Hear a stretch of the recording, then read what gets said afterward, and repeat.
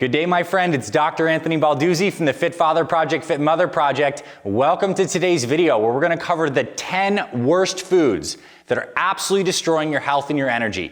And these are my 10 foods that I think are like the landmines when you're out in the world that you absolutely must avoid. And you probably know some of these foods, but what you're going to get in this video is you're going to know why these foods are so bad. And the why is super important because it can be tempting to go for some chips or a donut or something like that. But when you actually have the understanding of how much these things are wrecking your body, it's going to be a lot easier to not eat those things. But even better, what I'm going to do is show you some of my favorite healthy alternatives for each of these so that you can have a nutrition plan you enjoy sticking to that still enjoys snacks, desserts, and different kinds of things. It's just better options. That's what we're going to cover in today's video. Let's get into food number one. Worst food number one is chips. Yes, chips. I can almost hear you groaning from here. We all love them. Many of us grew up on them. Lay's, Ruffles, my personal favorite, salt and vinegar chips. But the problem is that chips are literally the living definition of empty calories. It's taking a low quality potato, putting inflammatory oils on it, and deep frying that thing, and then covering it in salt. There is basically no nutritional value, so many calories. These things do not keep you full, and they're often chock full with a bunch of preservatives and other crap that's bad for your health. And in prep for this video, I looked this up. If you have 3 ounces of chips a week, that adds over 24,000 calories to your diet every single year, equivalent of around 7 pounds of added fat just from that. So you got to get chips out of your life. And the key to do that is actually go into your pantry and throw those things out. If you have low quality chips in your pantry, get rid of them. And you can replace them with some healthier versions of chips. So here's one brand, Siete, that I like, and there's some other brands you might find in your local grocery store. These chips are typically made with better kinds of flour, not potato, often almond or cassava flour, and they use avocado oil, which is a much healthier oil. So the next key is make sure you actually eat a proper serving. So instead of just reaching your hand into that endless black hole of a bag and eating chips, pour them into a little bit of a container and then put the bag away and then enjoy your chips, a little bit of salsa or something like that. And other things you can do that I personally do with my family is we make apple chips. So slice some apples, put them in the dehydrator with a little cinnamon and salt on them, very good. And other people online have made zucchini chips. You can do the salt, vinegar, zucchini chip style if you want to do that. You can put them in the oven at 200 degrees Fahrenheit for around 3 hours with any kind of seasoning you want, very good. Let's move on to food number 2 on this list. Worst food number 2 is non-organic bread. And I particularly want to pick on non-organic bread and bring up bread this early in the video because look, it is a straight fact. You can eat bread and still lose weight. It just has to be the right kind. And the reason I can say this with such confidence is our program members inside Fit Father and Fit Mother have lost hundreds of thousands of pounds, and the majority of them have bread and sandwiches into their life, but they're eating organic sprouted bread. Typically a bread like Ezekiel bread, Dave's Killer sprouted bread is an option, or an organic sourdough. These are much better breads. And organic is the key word because if you're eating non-organic bread, your bread is sprayed with a pesticide called glyphosate, which is also known as Roundup. And this shit is toxic. Excuse my language, but it's just the truth. It's all over our foods. It wrecks your gut microbiome. It's a known carcinogen, causes fertility issues, neurologic issues, and it is everywhere. And I want to give you an action item here. There's actually a really cool report called the Detox Project Report of 2022. I'll link that in the description. They actually went to Boulder, Colorado, and they bought all these different foods, and then they lab tested them for the amount of glyphosate. So you can look at that report if you want to learn more about foods that are really high in these. There are certain brands from like Whole Foods, for example, that have super high in glyphosate. But I want you to get a healthier bread. And if you do get a healthy bread, like my number 1 recommendation is Ezekiel bread, organic, flourless, sprouted, so good. You can have a sandwich. It's 35 grams of carbohydrates. It's got protein and fiber. It has some nice protein in there. You're good to go. And if you sprout your bread, most people can tolerate it better. And if you really are wheat sensitive, you don't have to have bread at all, but you can also try an ancient wheat like einkorn wheat, which is one of the oldest varieties of wheat that hasn't been adulterated and stuff like that. A lot of people tolerate that really well if they have any kind of gluten sensitivity. Let's move on to food number 3. Worst food number 3 is baked goods, like pastries, donuts, strudels, and stuff like that. And you're probably thinking, duh, that stuff's obviously bad for me, but I want you to know why it's particularly bad for you. So a baked good like this has the flour, often not organic, adds in some kind of low quality vegetable oil, like vegetable shortening, with sugar, so already not looking too good. But the problem with a lot of these baked goods is they actually add these things in them called bromides. And it uses this element, bromide, to make these bromides. It's kind of like a thing that makes it fluffier, makes things consistency is better. That's why they use it in these baked goods. But the problem is these bromides actually get into your thyroid gland, the gland in your neck that controls all your metabolism hormones. And it binds to that thyroid gland and the thyroid receptor that normally needs iodine, this key nutrient we know we want for our foods. Iodine makes thyroid hormone. Bromide blocks this whole process. So you have a more sluggish metabolism. You can experience fatigue. If you're a woman, menstrual irregularities, hair issues, and just not feeling good at all. So baked goods aren't so innocent. And you want to look on your labels. Potassium bromate is one way these bromides hide in there. But there's also something called brominated vegetable oil, BVO. And this is found in a lot of soft drinks, citrus drinks, Gatorades, Powerades, Mountain Dew still has it, Fanta, citrus things like this. So BVOs and bromide stuff you do not want in your diet, and obviously for all the other reasons these baked pastry goods are not good. And also because many times people eat these for breakfast, and breakfast is the time of the day you want to keep your carbs lower and keep your protein and healthy fats higher. You don't want to dysregulate your blood sugar super early in the morning, so get these things out of your life. And instead of pastries, you could do that Ezekiel bread with the avocado toast kind of scenario. You could have an egg-based recipe for breakfast. You could just get some higher quality stuff and make sure that you're protecting your thyroid. Let's get into food number 4 on this list. Worst food number 4 is pasta, specifically with some kind of cream-based sauce, like chicken Alfredo or pasta Alfredo. And I want to bring pasta in just because, kind of like the bread, I want to defend it a little bit.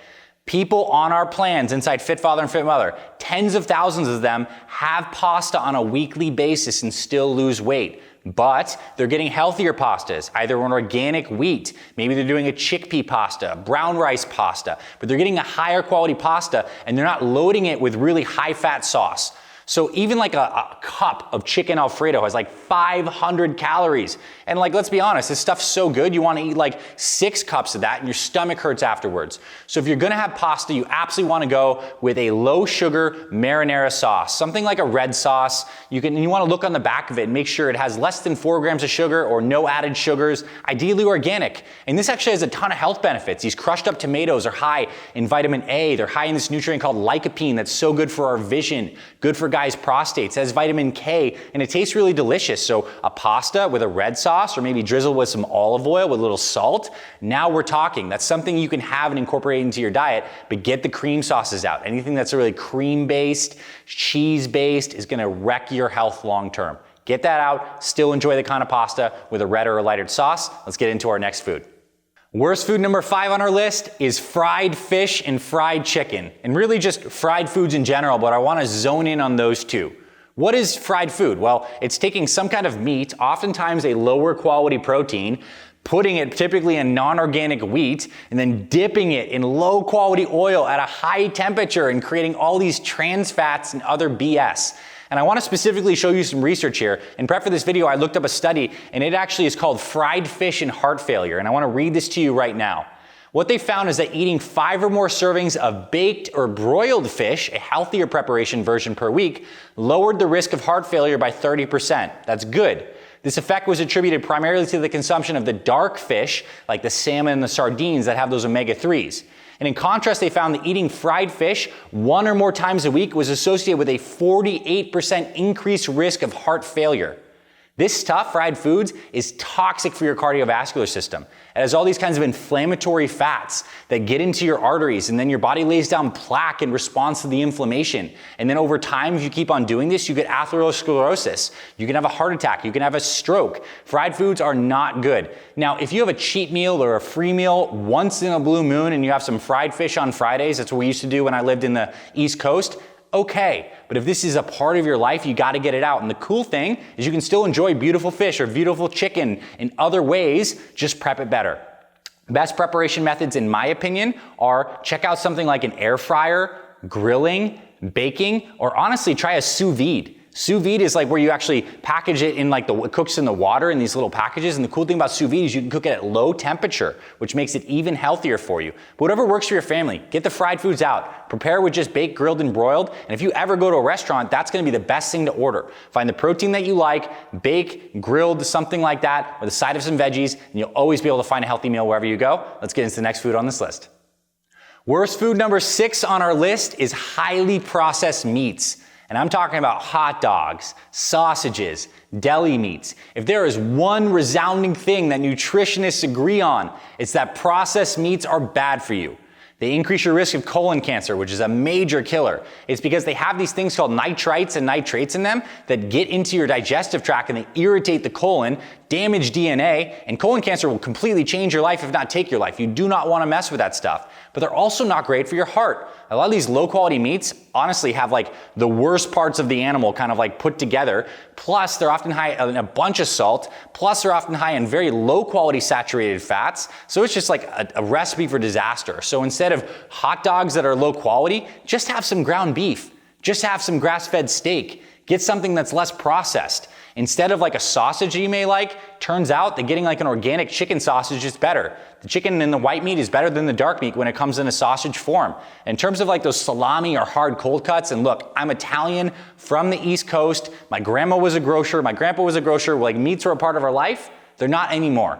Because quite frankly, eating something like turkey breast or chicken breast is going to be so much better for you, even though that's processed. But if you can cook an actual chicken breast and slice that, that's going to be the best option. And get the low quality processed meats out of your life. Occasionally, if you want to have an all beef, organic, grass-fed hot dog in the summer, go for it. But not on a weekly basis. It'll definitely hurt your health. Let's get into the next food on this list.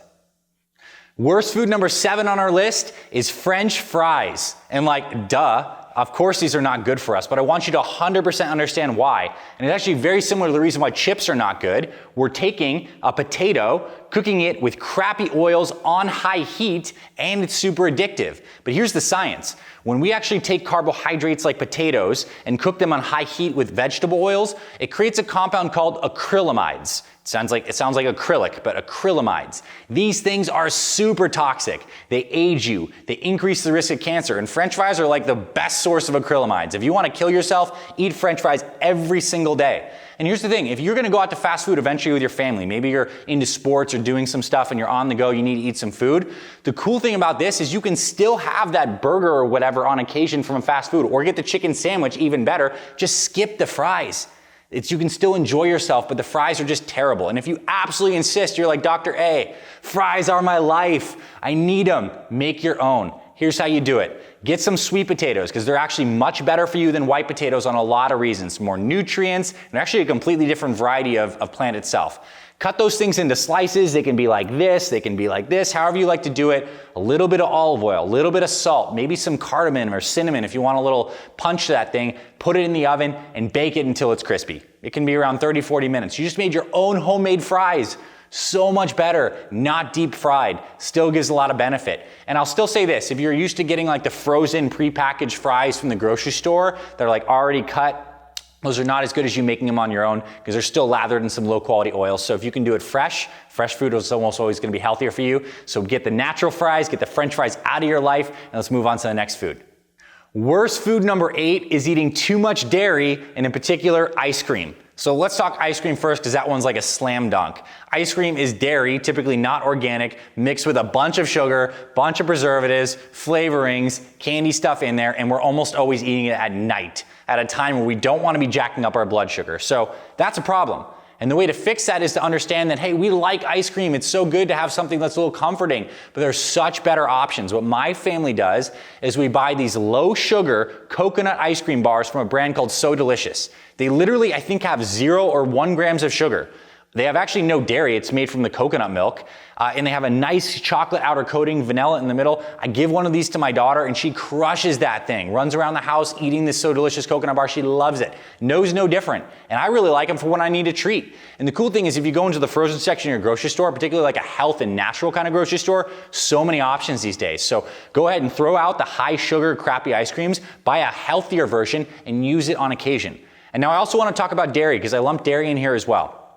Dairy, certain kinds can have health benefits. I'm talking like Greek yogurt, a fermented yogurt with probiotics like kefir, a sheep's or a goat's cheese on occasion as a little sprinkle on a salad. But if you're crushing dairy on a high basis, chances are you're having some problems. A lot of people are allergic to the proteins in dairy. Up to 90% of the world, because a lot of black people and Asian people, including yours truly also, is allergic to the milk, or we can't break down the milk, lactose intolerance. But either way, dairy is a food that's pretty complex and cause a lot of problems. It can cause mucus production. It actually has a a compound in it called beta-casomorphin that is a natural opioid. That's when we eat dairy, we often feel good. It's because literally it's got natural opioids that go into our central nervous system and make us feel happy, a little doped up, and addicted. You can literally be addicted to dairy. So I keep dairy as like a thing that happens occasionally. If I'm in a restaurant, dairy finds me. If I have a salad and I have a little bit of goat cheese, fine. If I put a little Parmesan on top of my pesto, cool. But I'm not crushing dairy on a big basis.